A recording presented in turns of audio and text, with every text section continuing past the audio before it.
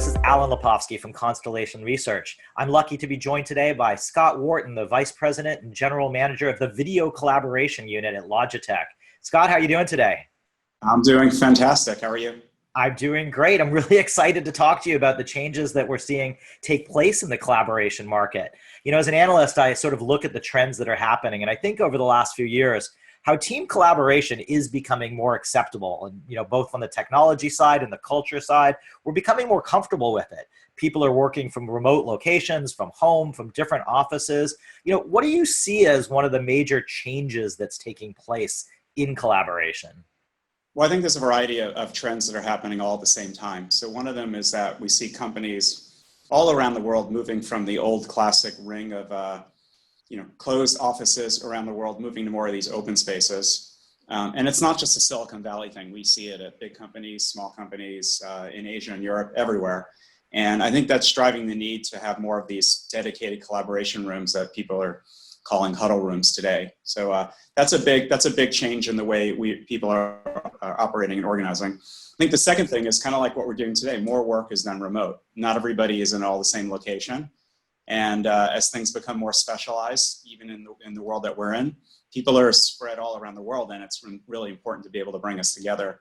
And audio just doesn't cut it anymore. I think as people use video anymore, they realize that it kind of sucks. And so we start to become a little more connected when we can see video, right? It's in our home lives and with our families and our friends. We've got cameras in our pockets. We're all, video conferencing with each other. You're starting to see that become more prevalent at work, right?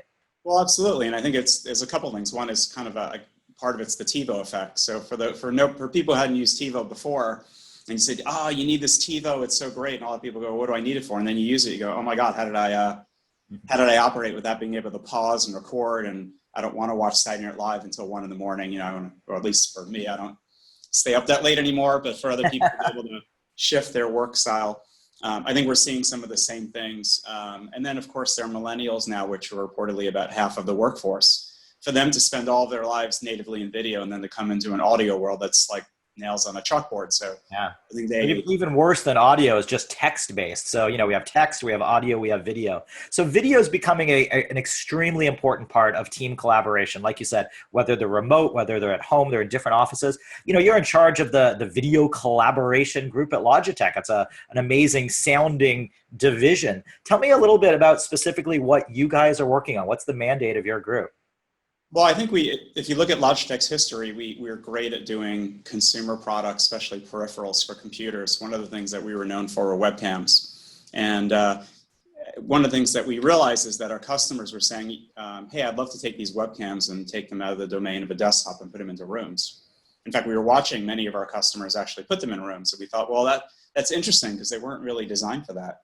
So we started developing this new category called ConferenceCams, where people would take webcams essentially as bigger things that were more designed for groups as opposed to individuals and put them in the rooms. And within a very short period, we've actually become the biggest player in the world for conferencing room units. And part of why we've done that, I think, is that we've changed the dynamics from very expensive systems that only went into certain boardrooms to being something that could go anywhere.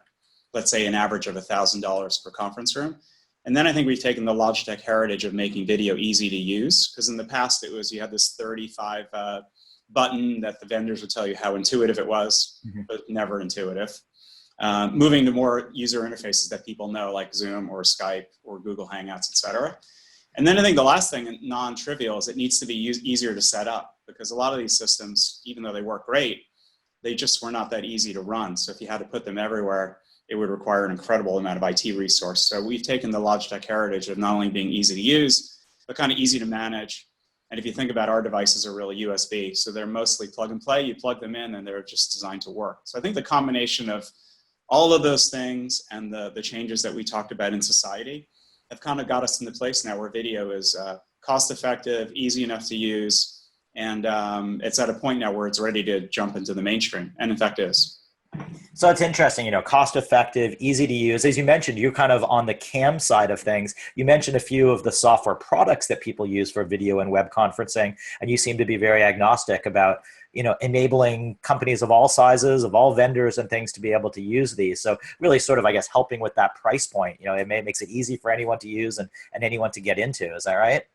Yeah, I would say that's right. And it's interesting in that I would say the world has really moved to Logitech strengths, and that I think what's really required in the video space is ease of use, low cost economics, have things work with everybody. Logitech is traditionally and literally a Swiss company. So part of our heritage is really to work with all the platform providers, which is very different from where video was, where there was some notion of interoperability, but largely the vendors wanted to keep you into their walled garden and their experience. And a lot of the IT companies don't want that. I think the other thing that we've all experienced now is there's, just like in IM, there's no interop with messaging. You just download a new client and then you work with it. Video is the same way. If you want to have a call with someone, you don't need some complex interop scheme in the network. You just download another client to an open platform and voila, you're on a call. Logitech's good at that because we really work with everybody. So if you're thinking about using the hardware, you want it to work with everything. You don't want it to be locked in, and that's part of our strength.